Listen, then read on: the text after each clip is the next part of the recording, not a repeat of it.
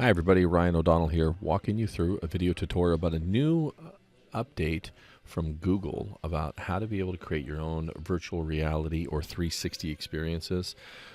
Google Expedition has been out for some time, and teachers have really found it an interesting way to be able to guide their kids through pre-done VR experiences while the kids wear the headsets. This is slightly different. One is that the students would not be wearing headsets. The teacher would not be leading them all in the same expedition. This is basically a 360 tours, if you would. But although it does have some differences of Google Expeditions, it does have some really kind of wonderful potentials. So I wanted to be able to show you what some of those potentials are and how to be able to create one. So what you're going to do first is you're going to go to poly.google.com and log in with your Google account. If this is not enabled under your G Suite through EDU, you're going to want to contact your administrator who runs the Google, your Google admin, and have them turn this on. This is called Poly. Poly has been around for a while, and I'm not going to get into it, but if you go over here and you click on the upload, you can see it's asking people to upload 3D objects that they have made. And so that's a wonderfully interesting thing, which you can be able to search for. But now they have this thing called tours.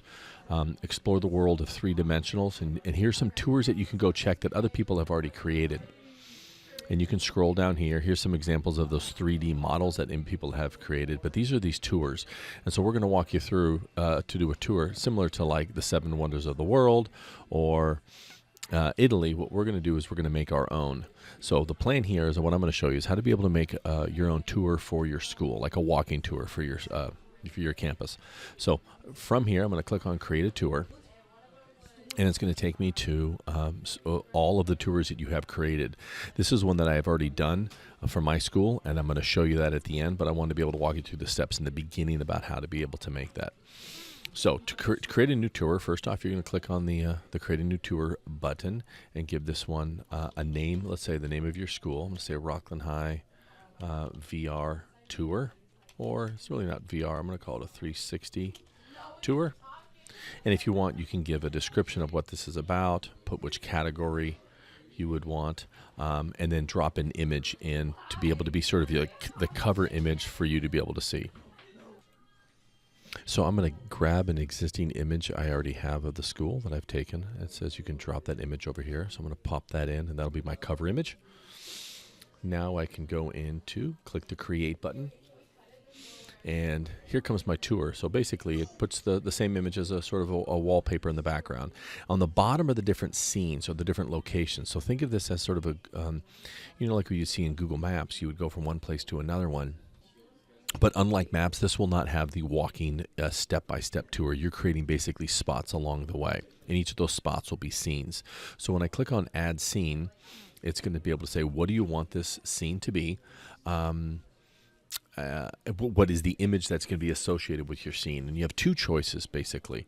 Actually, you have three choices about basically what is the image that's going to show up. One is a Google Maps. So you're going to be pulling an image from either the images that Google themselves, their Google Drive, the cars that have driven around, those images, or ones that people have uploaded. So your first choice is existing images in Google Maps.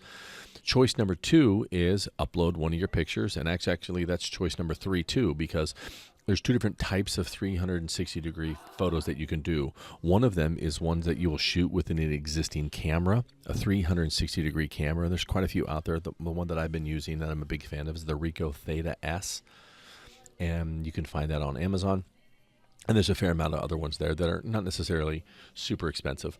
And the other option, the third option, is you can upload your own and not have a 360 camera. You could just be using your own existing camera using the Google Street View app. And I'll talk a little bit more about that later. So I'll show you the first one here is how to be able to add a Google map. It will default to the Google campuses. Then you can simply drag the Pegman to different places. But most likely what you're probably going to want to do is to navigate to your town or school. So I'm going to navigate to my school, Rockland High School, and it's going to drop Pegman in one particular spot. And if I could zoom out and notice when I pick him up, I can move him around. Now, I can't just drop him in random areas. I got to drop him in areas where there are images.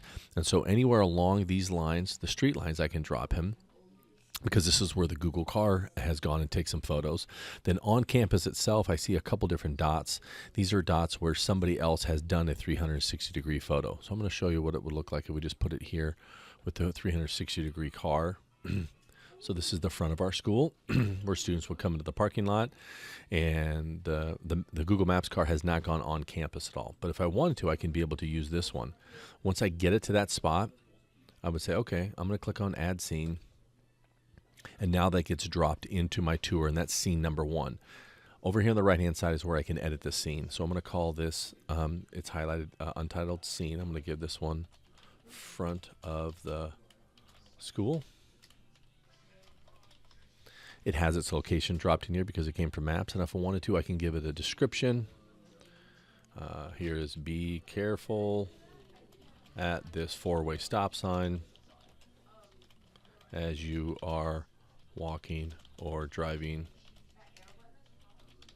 to school. You can even put credits of who took the photo. And I'm going to talk about this more, a little bit later, called points of interest. So that is my first a scene. And so now I'm going to be able to go and add another scene, and they'll keep adding, add a scene, and it'll jump me right back to where I was before. And I can go and get more existing images from, like I said, ones that have been done. So here's an image that was taken from an aerial view from above the school. But I'm going to show you one of these other options. I'm going to click on Upload. Now, Upload says, okay, select a 360 image. And I'm going to show you an example of what one of these looks like from one of those spherical cameras. This is from the Ricoh Theta. I sync this with my, you take them with your, you sync it with your phone, and then you can download the images quite easily. And so I'm going to drop in a particular picture there and say, okay, it's a 360 photo. I drop it in, and now here comes this particular image. And you can see here's me. I would actually created a simple little rig of a helmet where I put the, where I attached the camera to the top of the helmet, and I would walk around school and take photos. So I can say, we call this, as you walk through these gates, we call that the Thunder Zone. So I'll call this Thunder Zone. The same thing before, location, description, credits, points of interest, and so forth. And I can continue to go add scene, and add scene. The third type of scene I want to be able to show you is one that you can take with your own camera. I'm going to take this one of one of our computer labs. So just like before, I've downloaded this thing. I'm going to drop it in here. And I'm going to click on Add Scene. Now this is a 360-degree photo, but I want you to notice there's some problems with this here. Like the lights up here are kind of off a little bit. And if I scroll over a little bit, I can start to see, look at the chairs and the desks are all messed up, because if you've ever seen images on Google Maps that you have some things cut off, particularly people or objects that are moving, that is because somebody chose an existing a phone to be able to do this. And what that means is that instead of taking hitting a button once and taking a 360 photo, they're going to be taking, using the app called Google Street View and create their own. But that means you're going to take 32 separate images. Those of you who've done a panoramic photo, you'll take like 3 or 4 or 5 pictures to be able to stitch them together. And the 360 is the same thing, but instead of just 3 or 4 or 5, you're doing 32 images. And since you're moving and you're not in a perfectly set spot, no matter how careful you are, you're going to get some of these what are called stitching errors. I love shooting these images, but I would only really recommend is shooting 363 images with Google Street View is if you do not have things moving in your scene. If there are people or animals who will be moving around while you take this, because the process takes about 2 minutes to be able to shoot all of these pictures. Anybody moving is really going to sort of tweak your video to make it pretty challenging. But for me, for people to get the idea, let's say of this particular lab, I think they can they get the gist of this. So I can call this computer. This was our library lab. Now, what's interesting about here, I'm going to use this as an example.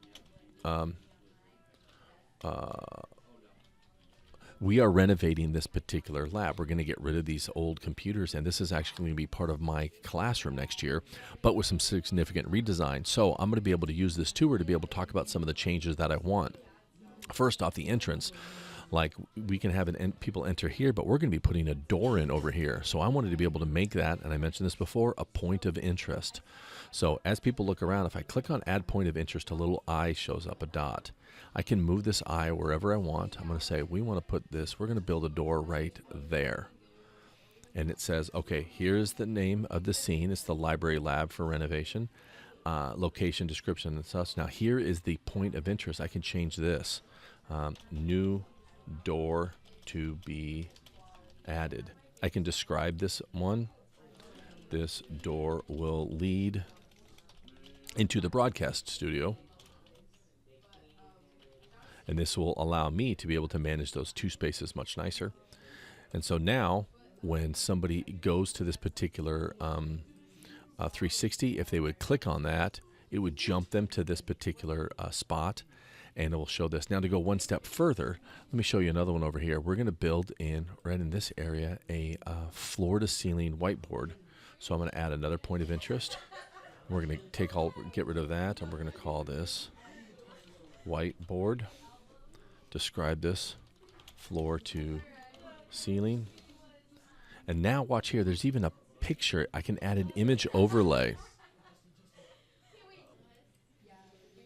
And so the image that I'm going to add on, I'm going to show you, I've already downloaded some of these pictures. So I have this picture here, and I'm just going to drag this picture, pop that into there. And it says this image will now be on top of the scene. When I click on add, it says, where do you want it to go? What size do I want this to be?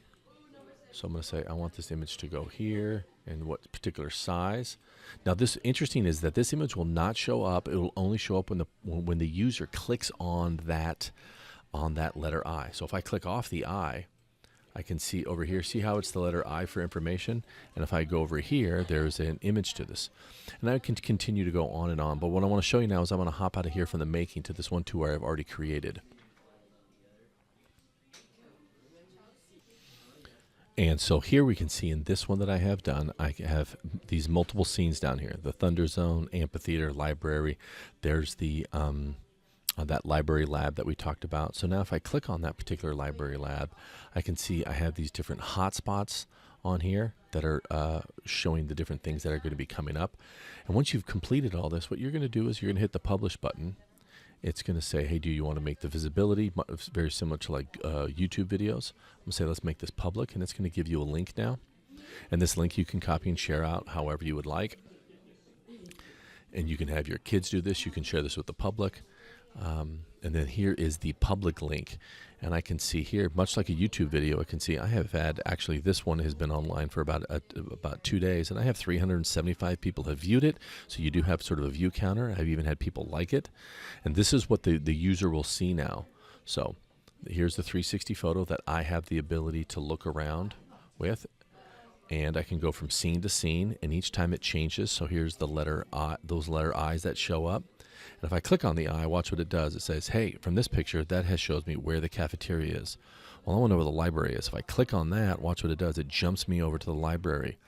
What about where the athletic office is? Notice how this icon looks different. That's an image. If I click on that, it jumps me over to the athletic office, and here's an overlay of what I put. If I click outside of it, that goes away, and I can click on it again to bring it up.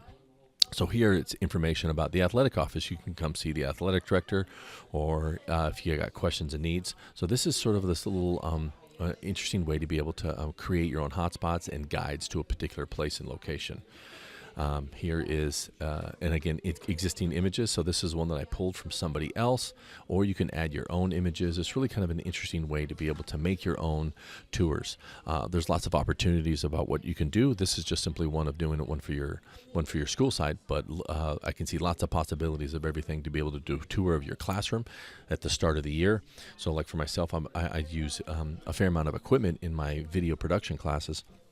So I'm going to be doing different 360 videos of the locations, so the kids know that, hey, this is where you put these things back. This is where you go to check this out, and basically describe the areas within my classroom. And I can see a lot of potential for teachers about how to be able to introduce kids to those spaces. So anyway, we'd love to be able to hear back what some of your ideas about how to be able to use this are.